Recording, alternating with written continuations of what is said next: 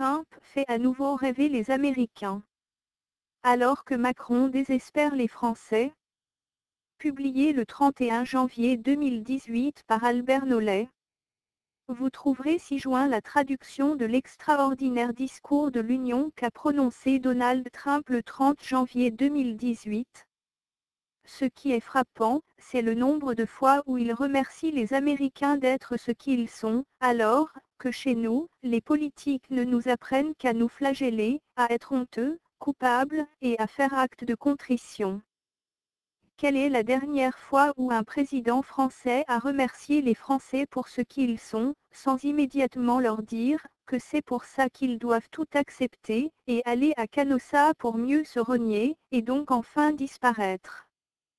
Ce discours, c'est également la fierté que Donald Trump projette dans son pays, dans son avenir, dans ses plans, et dans ses concitoyens, et l'optimisme qu'il leur insuffle en termes de prospérité, de sécurité, à comparer aux paroles creuses des politiques français pour tenter de masquer, ou de faire diversion sur le pessimisme des Français, qui voient leur société se déliter. Bref, on sent un homme, qui aime son pays, et qui est une colonne vertébrale.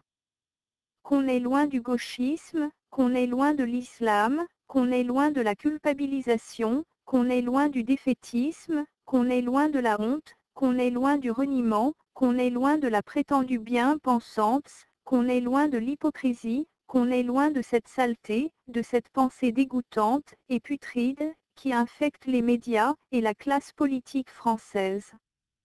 Voilà tout ce qu'on aimerait entendre chez nous, mais dont nos politiques sont incapables. On en rêve, Donald Trump le fait. Les États-Unis vont s'envoler dans les étoiles, et vont de nouveau nous faire rêver. La France et l'Europe, gangrenées par la honte et l'invasion islamique, si elles ne réagissent pas s'enfonceront puis s'écrouleront dans les abîmes. On en crèvera tout. Attachez vos ceintures, ça décoiffe. Albert Nollet. Monsieur le Président, Monsieur le Vice-président, Mesdames et Messieurs les membres du Congrès, la Première Dame des États-Unis, et mes concitoyens américains. Moins d'un an s'est écoulé depuis que je me suis tenu pour la première fois sur ce podium, dans cette enceinte majestueuse, pour parler au nom du peuple américain, et pour répondre à leurs préoccupations, leurs espoirs et leurs rêves. Cette nuit-là, notre nouvelle administration avait déjà pris des mesures rapides. Une nouvelle vague d'optimisme balaya déjà notre pays. Chaque jour depuis, nous sommes allés de l'avant avec une vision claire et une mission juste, rendre l'Amérique encore plus belle pour tous les Américains. Au cours de la dernière année, nous avons fait des progrès incroyables et obtenu un succès extraordinaire. Nous avons fait face à des défis auxquels nous nous attendions, et d'autres, que nous n'aurions jamais pu imaginer. Nous avons partagé les hauteurs de la victoire, et les peines de la misère. Nous avons enduré des inondations, des incendies, et des tempêtes. Mais à travers tout cela, nous avons vu la beauté de l'âme de l'Amérique, et l'acier dans la colonne vertébrale de l'Amérique. Chaque test a forgé de nouveaux héros américains pour nous rappeler qui nous sommes, et nous montrer ce que nous pouvons être. Nous avons vu les volontaires de la marine Cajun courir à la rescousse avec leurs bateaux de pêche pour sauver les gens après un ouragan dévastateur. Nous avons vu des étrangers protéger des étrangers d'une pluie de coups de feu sur la bande de Las Vegas. Nous avons entendu des histoires d'Américains comme le maître de la garde côtière Ashley Leper, qui est ici ce soir dans la galerie avec Melania. Ashley était à bord de l'un des premiers hélicoptères sur la scène à Houston lors de l'ouragan Harvey. Grâce à 18 heures de vent et de pluie, Ashley a bravé des lignes électriques et des eaux profondes pour sauver plus de 40 vies. Merci, Ashley. Nous avons entendu parler d'Américains comme le pompier David Dahlberg. Il est ici avec nous aussi. David a fait face au mur de flammes pour sauver près de 60 enfants pris au piège dans un camp d'été californien menacé par des feux de forêt. Pour tous ceux qui se rétablissent encore au Texas, en Floride, en Louisiane, à Porto Rico, dans les îles Vierges, en Californie, et partout ailleurs, nous sommes avec vous, nous vous aimons, et nous nous en tirerons ensemble. Certains procès au cours de la dernière année ont touché personnellement cette chambre. Avec nous ce soir est l'une des personnes les plus valeureuses à servir dans cette chambre, un homme, qui a failli mourir, et, qui est revenu au travail 3 mois et demi plus tard, la légende de Louisiane, le député Steve Scalise. Nous sommes incroyablement reconnaissants pour les efforts héroïques des policiers du Capitole, de la police d'Alexandrie, des médecins, des infirmières, et des ambulanciers paramédicaux, qui lui ont sauvé la vie, et de la vie de beaucoup d'autres dans cette pièce. À la suite de cette fusillade terrible, nous nous sommes réunis, pas en tant que républicains ou démocrates, mais en tant que représentants du peuple.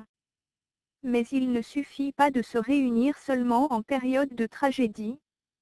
Ce soir, je demande à tous de mettre de côté nos différences, de rechercher un terrain d'entente, et de convoquer l'unité dont nous avons besoin pour les personnes que nous avons été élus pour servir. Au cours de l'année dernière, le monde a vu, ce que nous avons toujours su, qu'aucun peuple sur Terre n'est aussi intrépide, audacieux, ou déterminé, que les Américains. S'il y a une montagne, nous l'escaladons. S'il y a une frontière, nous la traversons. S'il y a un défi, nous l'apprivoisons. S'il y a une opportunité, nous le saisissons. Commençons donc ce soir en reconnaissant que l'état de notre union est fort parce que notre peuple est fort. Et ensemble, nous construisons une Amérique sûre, forte et fière. Depuis les élections, nous avons créé 2,4 millions de nouveaux emplois, dont 200 000 nouveaux emplois dans le seul secteur manufacturier. Après des années de stagnation des salaires, nous constatons enfin une hausse des salaires. Les demandes de chômage ont atteint leur plus bas niveau depuis 45 ans. Le taux de chômage afro-américain est le plus bas jamais enregistré, et le chômage hispano-américain a également atteint les niveaux les plus bas de l'histoire. La confiance des petites entreprises est à son plus haut niveau. Le marché boursier a battu un record après l'autre, gagnant 8 milliards de dollars en valeur. C'est une excellente nouvelle pour les comptes d'épargne 401k, de retraite et d'études collégiales des Américains. Et comme je l'avais promis il y a 11 mois au peuple américain, nous avons imposé les plus importantes réductions d'impôts et réformes de l'histoire américaine. Nos réductions d'impôts massives apportent un soulagement considérable à la classe moyenne et aux petites entreprises. Pour abaisser les taux d'imposition pour les Américains, qui travaillent dur, nous avons presque doublé la déduction standard pour tout le monde. Maintenant, les premiers 24 000 dollars gagnés par un couple marié sont entièrement exonérés d'impôts. Nous avons également doublé le crédit d'impôt pour enfants. Une famille typique de 4 personnes gagnant 75 000 dollars verra son compte de taxes réduit de 2 000 dollars, ce qui réduira de moitié sa facture fiscale. Ce mois d'avril sera la dernière fois que vous déposez sous l'ancien système brisé, et des millions d'Américains auront plus de salaire net à compter du mois prochain. Nous avons éliminé une taxe particulièrement cruelle, qui frappait surtout les Américains gagnant moins de 50 000 dollars par année, les forçant à payer des pénalités énormes simplement parce qu'ils ne pouvaient pas se permettre des plans de santé ordonnés par le gouvernement. Nous avons abrogé le désastreux noyau de l'Obamacare de l'obligation individuelle de s'assurer sous peine de sanctions financières est maintenant terminé.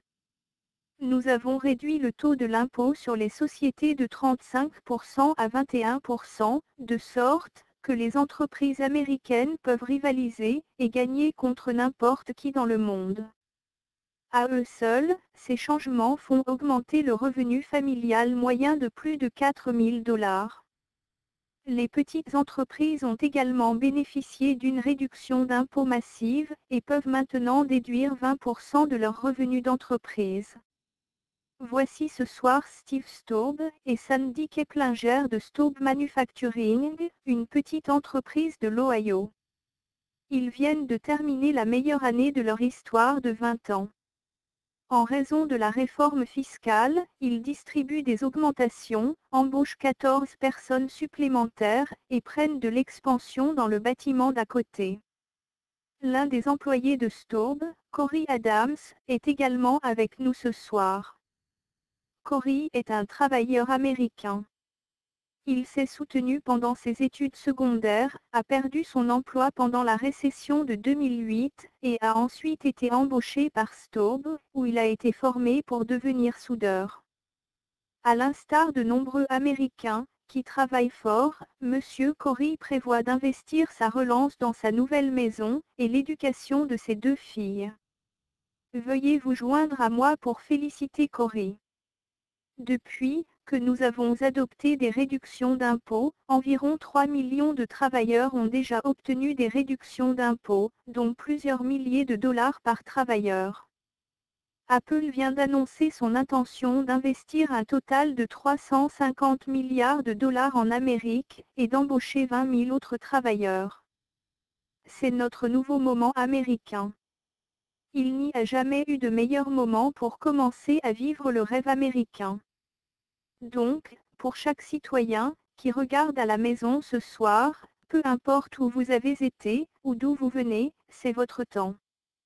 Si vous travaillez dur, si vous croyez en vous, si vous croyez en l'Amérique, alors vous pouvez rêver n'importe quoi, vous pouvez être n'importe quoi, et ensemble, nous pouvons réaliser n'importe quoi.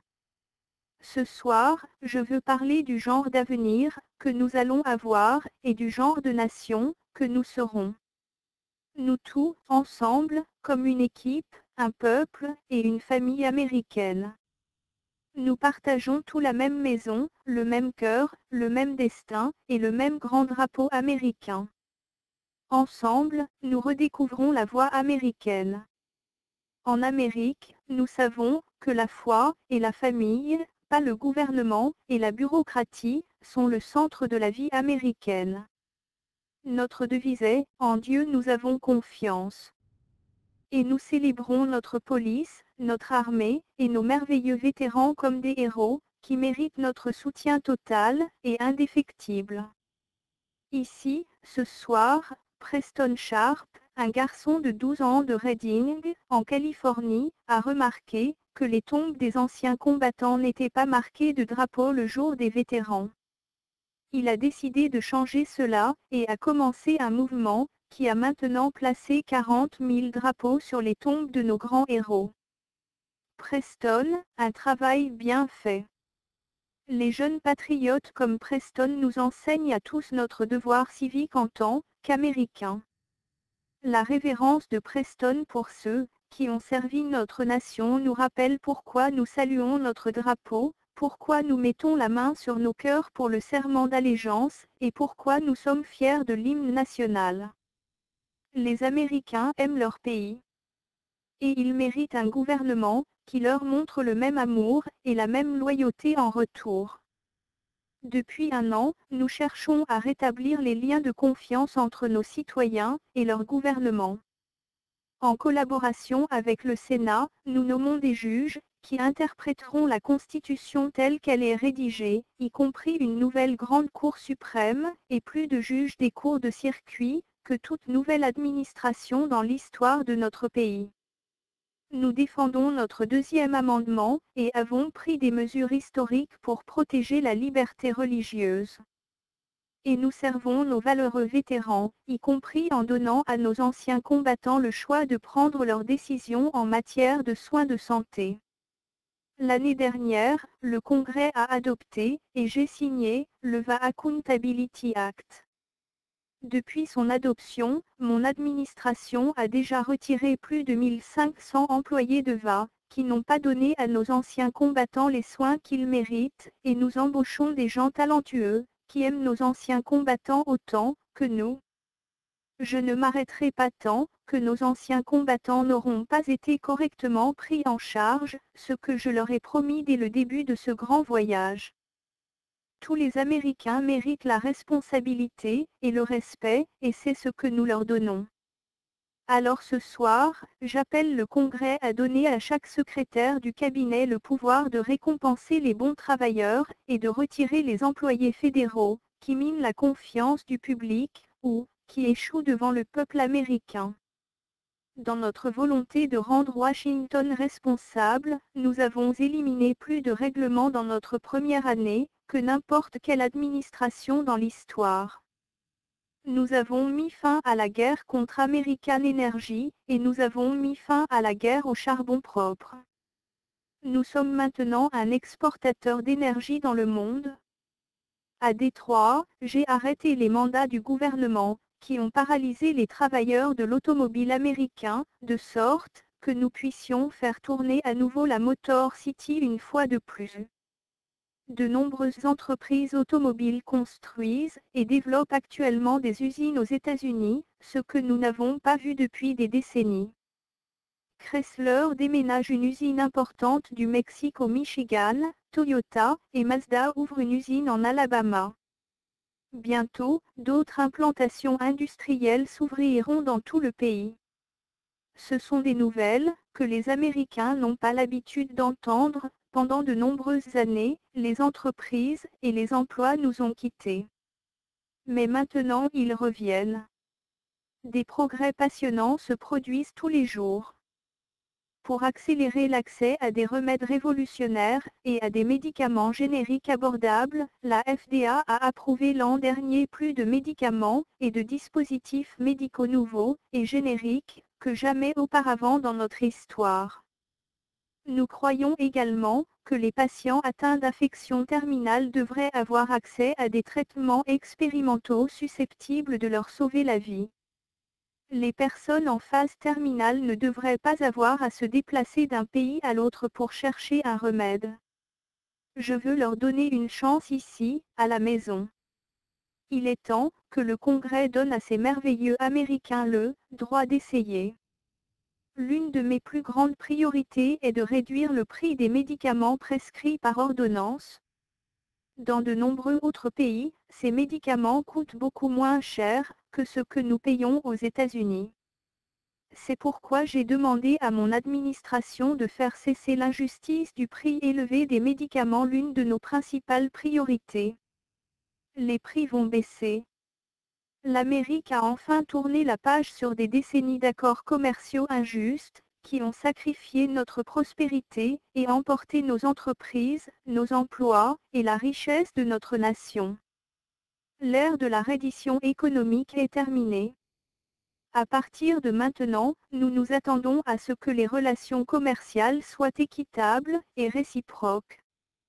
Nous allons travailler pour réparer les mauvais accords commerciaux et en négocier de nouveaux. Et nous protégerons les travailleurs américains et la propriété intellectuelle américaine en appliquant fermement nos règles commerciales. Comme nous reconstruisons nos industries, il est également temps de reconstruire notre infrastructure en ruine. L'Amérique est une nation de constructeurs. Nous avons construit l'Empire State Building en seulement un an, n'est-ce pas une honte, que cela puisse prendre maintenant 10 ans juste pour obtenir l'approbation d'un permis de construire pour une simple route. Je demande aux deux parties de se rassembler pour nous donner l'infrastructure sûre, rapide, fiable et moderne dont notre économie a besoin, et que notre peuple mérite. Ce soir, je demande au Congrès de produire un projet de loi qui génère au moins 1,5 billion de dollars pour le nouvel investissement en infrastructure dont nous avons besoin. Chaque dollar fédéral devrait être mis à profit en établissant des partenariats avec les gouvernements des États et les administrations locales et, s'il y a lieu, en exploitant les investissements du secteur privé, pour régler de façon permanente le déficit de l'infrastructure. Tout projet de loi doit aussi simplifier le processus d'obtention de permis et d'approbation, le réduire à 2 ans, et peut-être même 1. Ensemble, nous pouvons récupérer notre patrimoine architectural.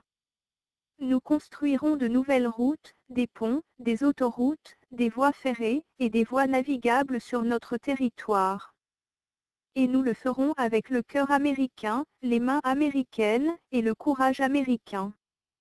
Nous voulons que chaque Américain connaisse la dignité d'une dure journée de travail.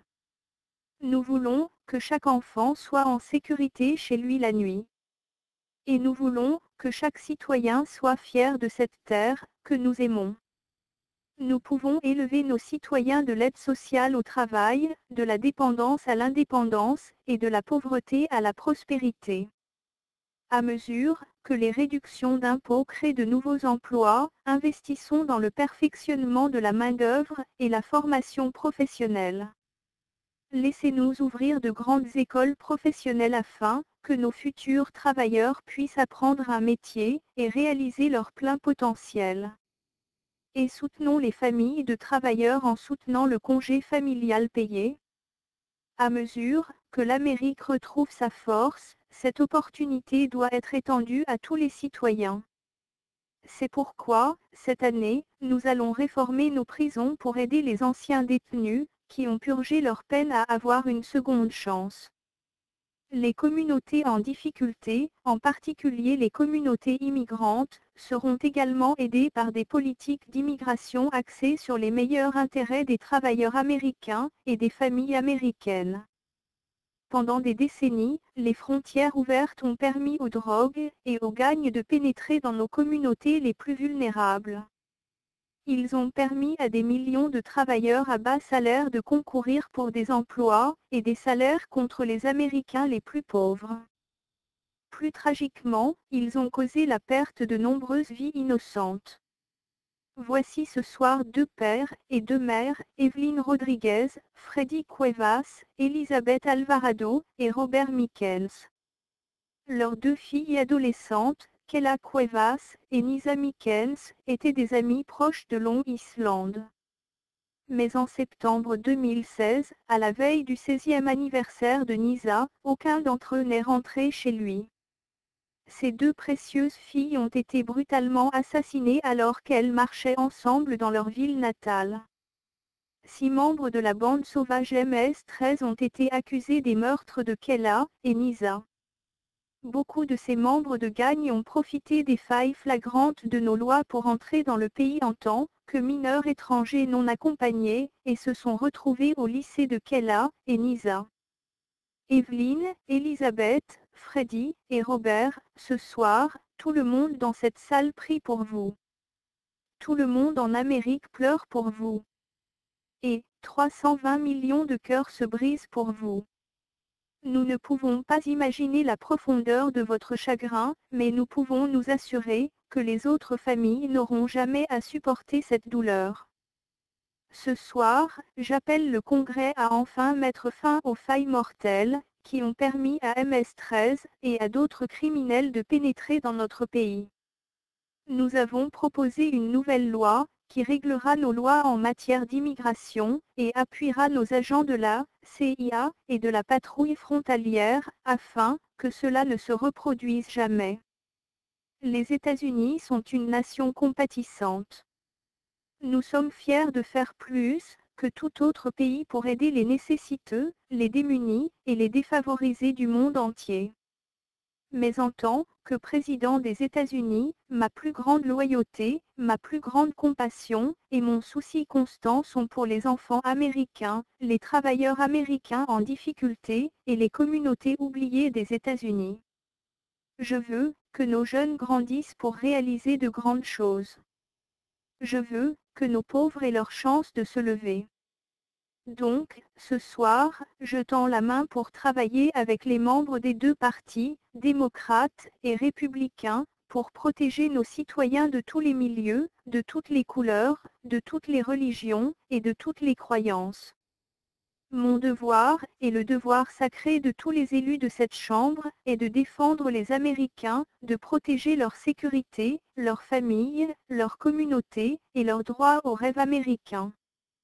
Parce que les Américains sont aussi des rêveurs. Voici ce soir un leader dans la défense de notre pays, Celestino Martinez, agent spécial des enquêtes sur la sécurité intérieure, il passe par CJ.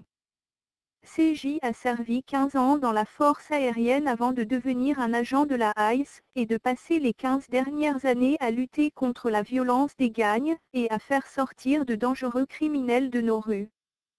À un moment donné, les dirigeants de MS-13 ont ordonné le meurtre de CJ. Mais il n'a pas cédé aux menaces, ou à la peur. En mai dernier, il a commandé une opération pour traquer les membres de gangs sur Long Island. Son équipe a arrêté près de 400, dont plus de 220 de MS-13. CJ, excellent travail. Maintenant, laissez-nous le Congrès vous envoyer des renforts. Au cours des prochaines semaines, la Chambre et le Sénat voteront sur une réforme de l'immigration. Au cours des derniers mois, mon administration a beaucoup rencontré les démocrates et les républicains pour élaborer une approche bipartisane de la réforme de l'immigration. Sur la base de ces discussions, nous avons présenté au Congrès une proposition détaillée, qui devrait être soutenue par les deux parties comme un compromis équitable, où personne n'obtient tout ce qu'il veut, mais où notre pays obtient les réformes cruciales dont il a besoin. Voici les 4 piliers de notre plan. Le premier pilier de notre cadre offre généreusement une voie vers la citoyenneté, pour 1,8 million d'immigrants illégaux, qui ont été amenés ici par leurs parents à un jeune âge, qui couvre presque 3 fois plus de personnes que l'administration précédente. Selon notre plan, ceux qui répondent aux exigences d'éducation et de travail, et qui ont un bon caractère moral, seront en mesure de devenir des citoyens à part entière des États-Unis. Le deuxième pilier sécurise entièrement la frontière. Cela signifie construire un mur à la frontière sud, et cela signifie embaucher plus de héros comme CJ pour assurer la sécurité de nos collectivités. Fondamentalement, notre plan ferme les terribles failles exploitées par les criminels et les terroristes pour entrer dans notre pays, et cela met finalement fin à la pratique dangereuse de prendre et libérer. Le troisième pilier met fin à la loterie des visas, un programme qui distribue au hasard des cartes vertes sans tenir compte des compétences, du mérite ou de la sécurité de nos gens. Il est temps de commencer à évoluer vers un système d'immigration fondé sur le mérite, un système qui admet des personnes compétentes, qui veulent travailler, qui contribueront à notre société, et qui aimeront et respecteront notre pays. Le quatrième et dernier pilier protège la famille nucléaire en mettant fin à la migration de la chaîne. Dans le système actuel brisé, un seul immigrant peut amener un nombre pratiquement illimité de parents éloignés. Selon notre plan, nous nous concentrons sur la famille immédiate en limitant les parrainages aux conjoints et aux enfants mineurs. Cette réforme vitale est nécessaire, non seulement pour notre économie, mais aussi pour notre sécurité et notre avenir. Ces dernières semaines, 2 attaques terroristes à New York ont été rendues possibles par la loterie des visas et la migration en chaîne. À l'ère du terrorisme, ces programmes présentent des risques que nous ne pouvons plus nous permettre. Il est temps de réformer ces règles d'immigration désuètes et, enfin, d'introduire notre système d'immigration dans le XXIe siècle. Ces 4 piliers représentent un compromis à mi-chemin, et un compromis qui créera un système d'immigration sûr, moderne et légal. Depuis plus de 30 ans, Washington a essayé et échoué à résoudre ce problème. Ce congrès peut être celui qui le fait finalement arriver. Plus important encore, ces 4 piliers produiront une législation qui remplit ma promesse absolue de ne signer qu'un projet de loi qui met l'Amérique en premier. Alors, réunissons-nous, mettons la politique de côté, et finalement faisons le travail. Ces réformes soutiendront également notre réponse à la terrible crise des opioïdes et de la toxicomanie. En 2016, nous avons perdu 64 000 Américains pour des overdoses, 174 décès par jour. 7 par heure. Nous devons être beaucoup plus sévères envers les trafiquants et les trafiquants de drogue si nous voulons réussir à enrayer ce fléau. Mon administration est déterminée à lutter contre l'épidémie de drogue et à aider les personnes dans le besoin. La lutte sera longue et difficile, mais, comme le font toujours les Américains, nous l'emporterons. Comme nous l'avons vu ce soir, les défis les plus difficiles font ressortir le meilleur en Amérique. Nous voyons une expression vivante de cette vérité dans l'histoire de la famille Oley du Nouveau-Mexique. Ryan Oley a 27 ans et est officier au département de police d'Albuquerque. Il est ici ce soir avec sa femme Rebecca. L'année dernière, Ryan était de service lorsqu'il a vu une femme enceinte et sans abri se préparer à s'injecter de l'héroïne. Quand Ryan lui a dit qu'elle allait faire du mal à son enfant à naître, elle a commencé à pleurer. Elle lui a dit qu'elle ne savait pas vers qui se tourner, mais qu'elle voulait absolument une maison sûre pour son bébé. À ce moment-là, Ryan a dit qu'il sentait que Dieu lui parlait, « Tu le feras, parce que tu peux ». Il a sorti une photo de sa femme et de leurs 4 enfants. Puis, il est allé à la maison pour dire à sa femme Rebecca. En un instant, elle a accepté d'adopter. Les Oley ont nommé leur nouvelle fille, Hope. Ryan et Rebecca, vous incarnez la bonté de notre nation. Merci, et félicitations. En reconstruisant la force et la confiance de l'Amérique chez nous, nous rétablissons également notre force et notre position à l'étranger. Partout dans le monde, nous faisons face à des régimes voyous, à des groupes terroristes, et à des rivaux comme la Chine et la Russie, qui défient nos intérêts, notre économie, et nos valeurs. En affrontant ces dangers, nous savons que la faiblesse est le chemin le plus sûr vers le conflit, et le pouvoir inégalé est le moyen le plus sûr de notre défense. Pour cette raison, je demande au Congrès de mettre fin au dangereux séquestre de la défense, et de financer entièrement notre grande armée. Dans le cadre de notre défense, nous devons moderniser et reconstruire notre arsenal nucléaire, en espérant ne jamais avoir à l'utiliser, mais le rendre si fort et puissant qu'il découragera tout acte d'agression. Peut-être qu'un jour, il y aura un moment magique où les pays du monde se rassembleront pour éliminer leurs armes nucléaires. Malheureusement, nous ne sommes pas encore là. L'année dernière, j'ai également promis que nous travaillerions avec nos alliés pour éteindre ISIS de la surface de la Terre. Un an plus tard, je suis fier de rapporter que la coalition pour vaincre l'État islamique a libéré presque 100% du territoire jadis tenu par ces tueurs en Irak et en Syrie. Mais il reste beaucoup de travail à faire. Nous continuerons notre combat jusqu'à ce que ISIS soit vaincu. Le sergent d'état-major Justin Peck est ici ce soir. Près de Raqqa en novembre dernier, Justin et son camarade, le premier maître Canton Stacy, étaient en mission pour nettoyer les bâtiments que l'EIL avait truqués avec des explosifs afin que les civils puissent retourner dans la ville. En nettoyant le 2e étage d'un hôpital vital, Canton Stacy a été grièvement blessé par une explosion. Immédiatement, Justin a bondi dans le bâtiment piégé, et a trouvé Canton en mauvais état. Il a appliqué une pression sur la plaie, et a inséré un tube pour rouvrir les voies respiratoires. Il a ensuite pratiqué la RCR pendant 20 minutes pendant le transport au sol, et a maintenu la respiration artificielle pendant 2 heures de chirurgie d'urgence. Canton Stacy serait mort si ce n'était de l'amour désintéressé de Justin pour un autre guerrier. Ce soir, Canton se rétablit au Texas. Raqqa est libéré.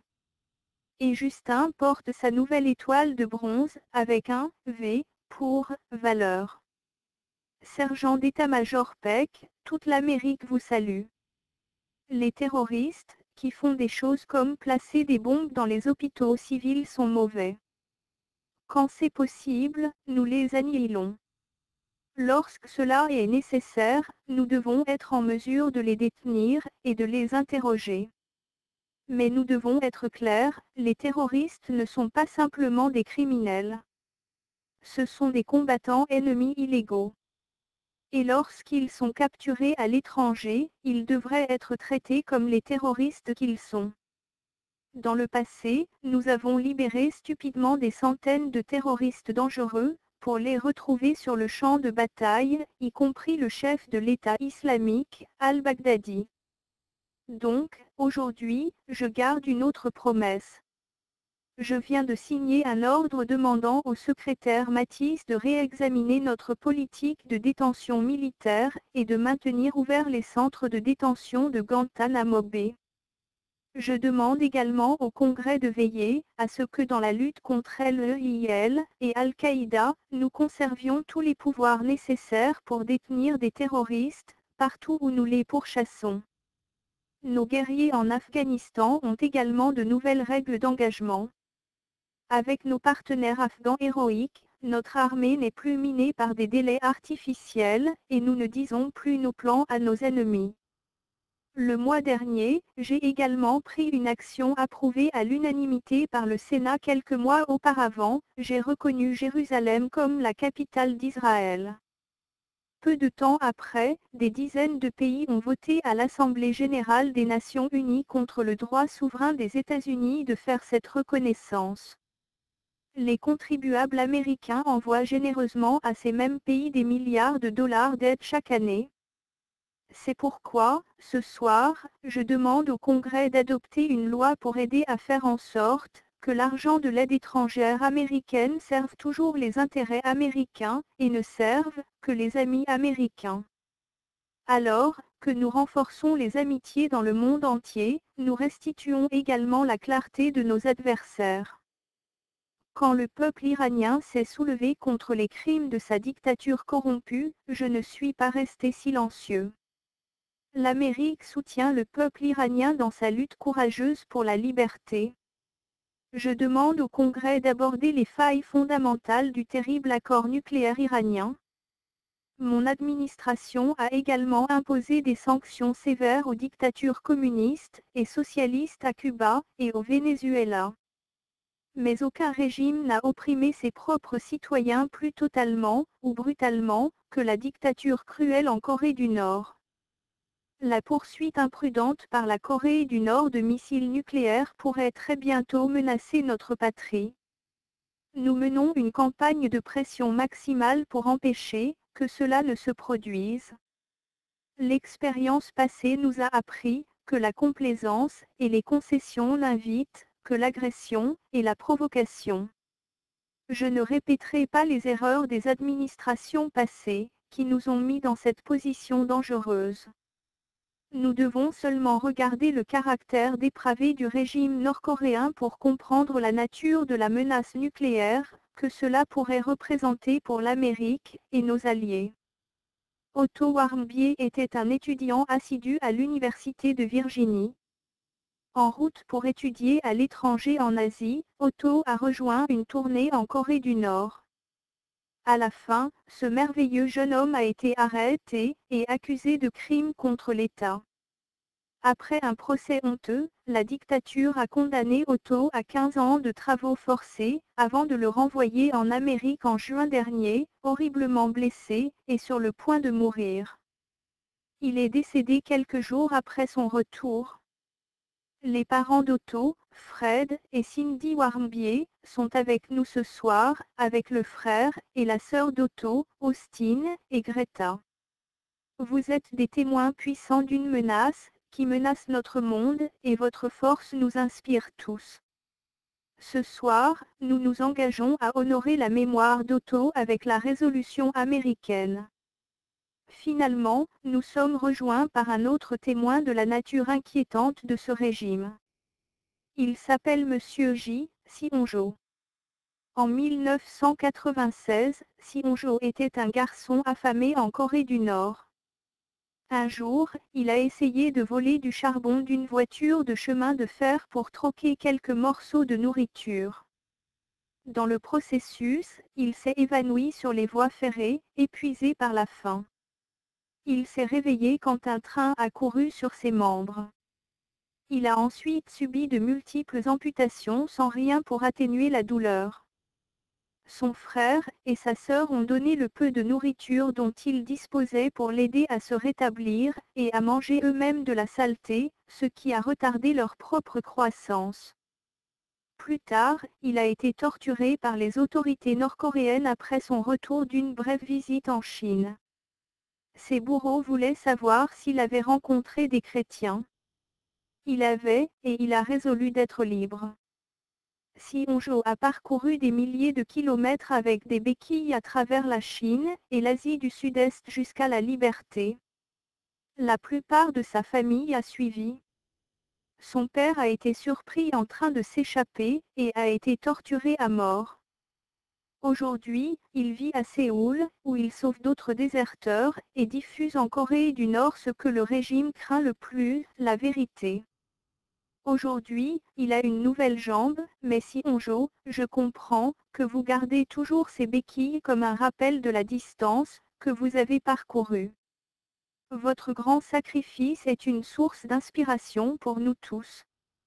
L'histoire de Sionjo témoigne du désir de toute âme humaine de vivre en liberté. C'est ce même désir de liberté qui, il y a près de 250 ans, a donné naissance à un endroit spécial appelé l'Amérique. C'était un petit groupe de colonies prises entre un grand océan et un vaste désert. Mais c'était le foyer d'un peuple incroyable avec une idée révolutionnaire, qu'ils puissent se gouverner eux-mêmes. Qu'ils pourraient tracer leur propre destin. Et cela, ensemble, ils pourraient éclairer le monde. C'est ce que notre pays a toujours été. C'est ce que les Américains ont toujours défendu, toujours recherché, et toujours fait. Au sommet du dôme de ce Capitole se dresse la statue de la liberté. Elle se tient grande et digne parmi les monuments à nos ancêtres, qui se sont battus, et ont vécu, et sont morts pour la protéger. Monument à Washington, et Jefferson, à Lincoln, et King. Mémoire aux héros de Yorktown et de Saratoga, aux jeunes Américains qui ont versé leur sang sur les rivages de la Normandie, et dans les champs au-delà. Et d'autres, qui sont descendus dans les eaux du Pacifique, et les cieux au-dessus de l'Asie. Et la liberté se dresse sur un monument de plus, celui-ci. Ce Capitole. Ce monument vivant au peuple américain. Un peuple dont les héros vivent non seulement dans le passé, mais partout autour de nous, en défendant l'espoir, la fierté, et la façon américaine. Ils travaillent dans tous les métiers. Ils sacrifient pour élever une famille. Ils s'occupent de nos enfants à la maison. Ils défendent notre drapeau à l'étranger.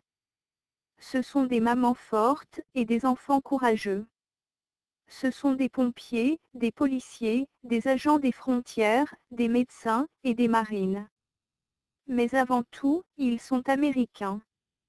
Et ce Capitole, cette ville, et cette nation leur appartiennent. Notre tâche est de les respecter, de les écouter, de les servir, de les protéger, et de toujours être dignes d'eux. Les Américains remplissent le monde d'art et de musique. Ils repoussent les limites de la science et de la découverte. Et ils nous rappellent pour toujours ce que nous ne devrions jamais oublier, les gens ont rêvé ce pays. Les gens ont construit ce pays. Et ce sont les gens qui rendent l'Amérique encore belle. Tant que nous sommes fiers de ce que nous sommes, et de ce pourquoi nous luttons, nous ne pouvons rien faire. Tant que nous avons confiance en nos valeurs, en la foi en nos citoyens, et en la confiance en notre Dieu, nous n'échouerons pas. Nos familles vont prospérer. Notre peuple prospérera. Et notre nation sera toujours sûre, et forte, et fière, et puissante, et libre. Merci, et que Dieu bénisse l'Amérique.